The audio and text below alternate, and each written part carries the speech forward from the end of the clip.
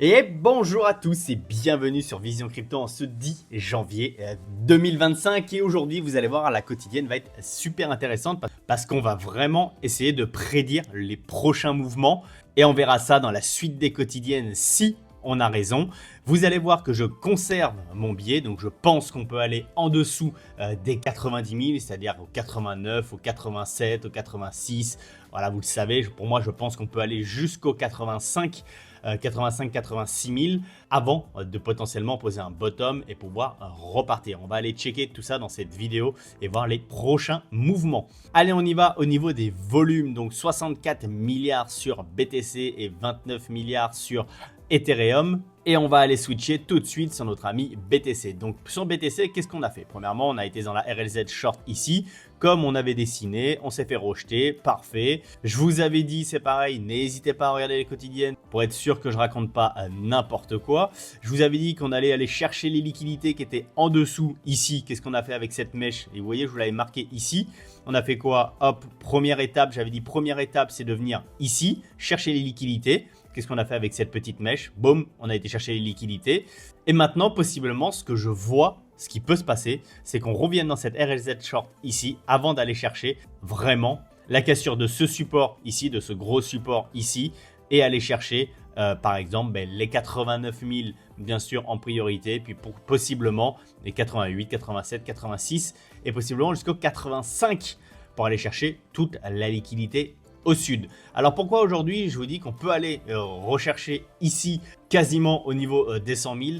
Mais il y a pas mal de choses. Premièrement, il y a les shorters. Il y a beaucoup de personnes qui se sont mis en position short. Et donc si tout le monde se met à shorter, qu'est-ce qu'on va faire? Eh bien, on va faire un short squeeze. Le but, c'est de les liquider, c'est de les faire perdre. Donc on va aller voir ça, c'est sur les données on-chain, on va aller checker ça. Mais il y a de très fortes probabilités qu'on fasse un short squeeze. Deuxième chose, on a donc cette RLZ short sur lequel on peut totalement revenir. C'est la zone de rechargement short. Et troisième chose, on a cette imbalance à combler. Et il y a la confluence entre, hop là, vous voyez ici, il y a la confluence entre à la fois l'imbalance à combler, je vais me mettre comme ça pour que vous puissiez encore la voir, l'imbalance à combler et la RLZ short. Donc je vois bien faire un petit truc un petit peu comme ça et après aller chuter pour aller chercher les targets qu'on avait vus ici. Pour le moment, c'est le scénario que je privilégie.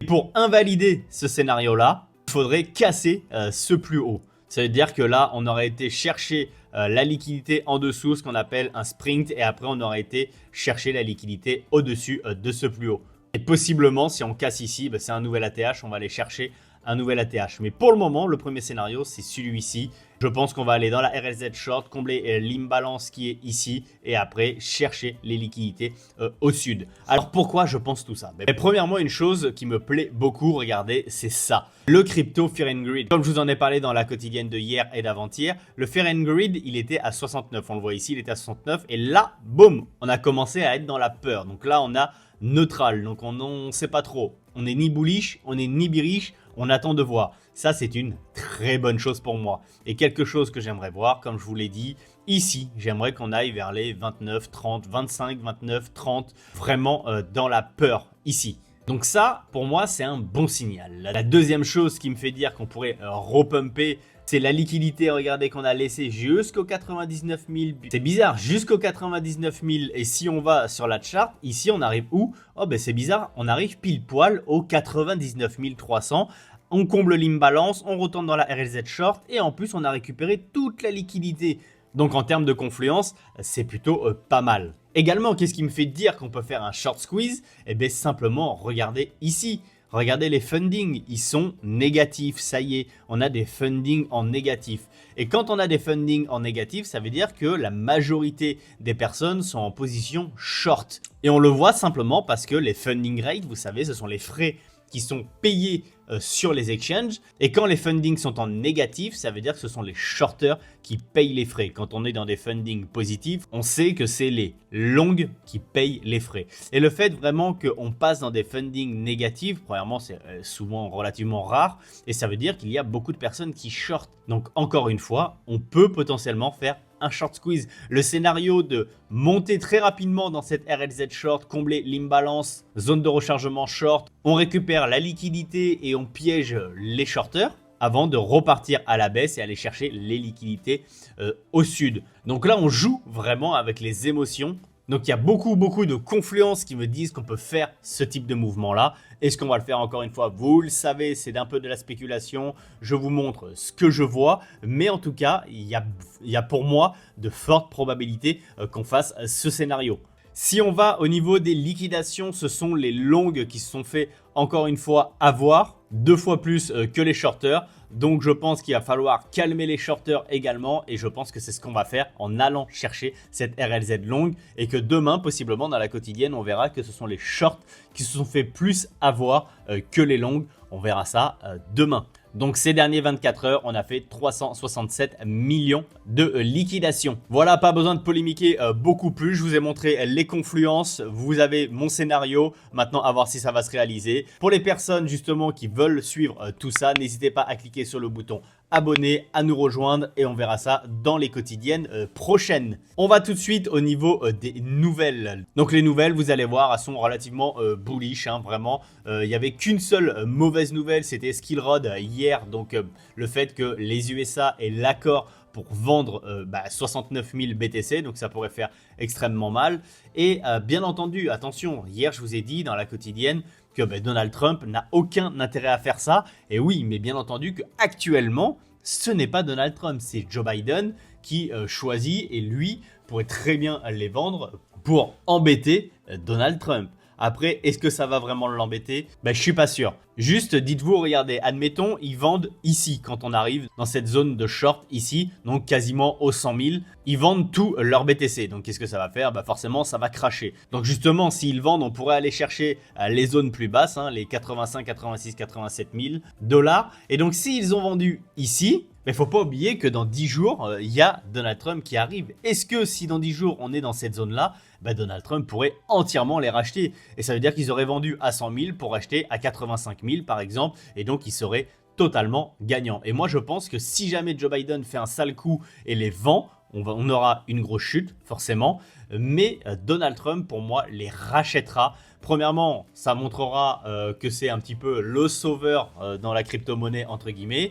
Deuxièmement, ça montrera qu'il tient ses promesses et qu'il va créer un fonds de réserve et que voilà, il essaye de faire ce qu'il faut pour l'écosystème crypto-monnaie. Et donc, il se fera bien voir s'il rachète ici. Donc, à voir. Mais dans tous les cas, qu'ils vendent ou qu'ils ne vendent pas, je m'en fiche un petit peu parce que je pense que Donald Trump fera le nécessaire par la suite.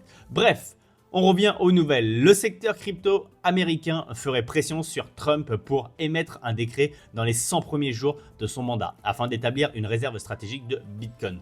Ce sont les révélations de Hunter. Et au moins un décret devrait être émis le 20 janvier. Donc c'est directement à son investiture, hein. Donc ça, on verra s'il va tenir ses promesses. Et ça va être extrêmement regardé parce que si Donald Trump se met à tenir ses promesses, je vous raconte pas l'effet que ça va avoir sur le marché des crypto-monnaies et je pense qu'on va avoir un bull run d'anthologie s'il tient toutes ses promesses. Allez, on continue. Donc CleanSpark détient plus de 10 000 bitcoins dans son bilan, donc encore une fois. Donc les entreprises, hein, vous voyez, ils achètent du bitcoin comme réserve de trésorerie. On continue. Je suis une partisane du bitcoin et des crypto-monnaies. Je pense que c'est une bonne chose. Elle contribue à retirer le pouvoir aux banques centrales. Cette phrase est incroyable. Donc ça, c'est la phrase de Liz Truss, ancienne première ministre britannique. Donc ça, c'est hyper bullish d'entendre des choses comme ça. Mais c'est surtout de dire de tels propos. Elle contribue à retirer le pouvoir des banques centrales. Je trouve que c'est fou de dire ça, parce que oui, premièrement, c'est le cas, hein, forcément, hein, les banques centrales aujourd'hui, ils font absolument ce qu'elles veulent, et si jamais tout le monde était dans les crypto-monnaies, et notamment sur BTC, ils n'ont plus le pouvoir, c'est pas eux qui les détiennent, donc là, ils peuvent strictement rien faire. Donc bon, pour le moment, c'est comme ça, demain, on verra, mais voilà, j'ai trouvé ça fou qu'on puisse faire des propos comme ça, et je pense que Liz a totalement raison. On continue. La commission bancaire du Sénat des États-Unis souhaite confier la direction d'un sous-comité des actifs numériques à la sénatrice pro-crypto, Cynthia Lummis. Donc Cynthia Lummis, hein, elle est connue et elle est vraiment très pro-crypto. Et donc, ça serait incroyable. Ça serait vraiment très bien. Ça serait hyper bullish, encore une fois. Donc ça, encore une fois, c'est que des bonnes nouvelles. Et on continue, j'avais oublié cette nouvelle, je l'avais passé un petit peu sous mon radar. La ville thaïlandaise de Phuket va tester les paiements en Bitcoin et en crypto pour les touristes. Donc ça, c'est une dinguerie. On sait déjà que la Thaïlande est crypto-friendly. Et là, du coup, de tester les paiements, on arrive encore une fois dans quoi? Eh bien, dans l'adoption de masse et dans le fait qu'on puisse payer de plus en plus en crypto-monnaie de façon générale. Hier, je vous parlais de Fitness Park. Avant, je vous parlais d'un joaillier. Avant, je vous parlais des croisières. Voilà. Et là, maintenant, ça va être dans toute la ville de Phuket apparemment. Donc, ça va être incroyable. Donc voilà, que dire de plus? Et bien que ce sont encore d'excellentes nouvelles. Donc pour le moment, je reste totalement bullish dans le moyen long terme. Totalement bullish dans combien de temps? Et bien tout simplement, comme d'habitude, février, mars, avril, vous le savez que j'ai cette target. Je ne me fais aucun tracas le temps qu'on n'est pas en février, mars, avril et potentiellement mai, juin. On verra comment les marchés avancent. Mais vous connaissez ma conviction, je suis très bullish. Attention, à court terme, je pense qu'on peut faire une bonne poussée dans cette RLZ short, on combine balance et on va chuter plus bas. Voilà, vous avez mes scénarios et vous pouvez y être préparé. Allez, hier pour les membres de l'académie, il y a une vidéo qui est sortie, donc la stratégie d'investissement après Bull Run. N'hésitez pas à aller la voir, elle est déjà disponible. Encore une fois, je sais que vous êtes plus de 50% à ne pas être abonné à la chaîne. N'hésitez pas à cliquer sur le bouton abonné. Premièrement, ça me soutient. Deuxièmement, ça me fait extrêmement plaisir. Et aussi, n'hésitez pas à rejoindre le canal Telegram. Il est entièrement gratuit. Je vous laisse là-dessus. Je vous souhaite une excellente journée. Et surtout, restez curieux. Ciao!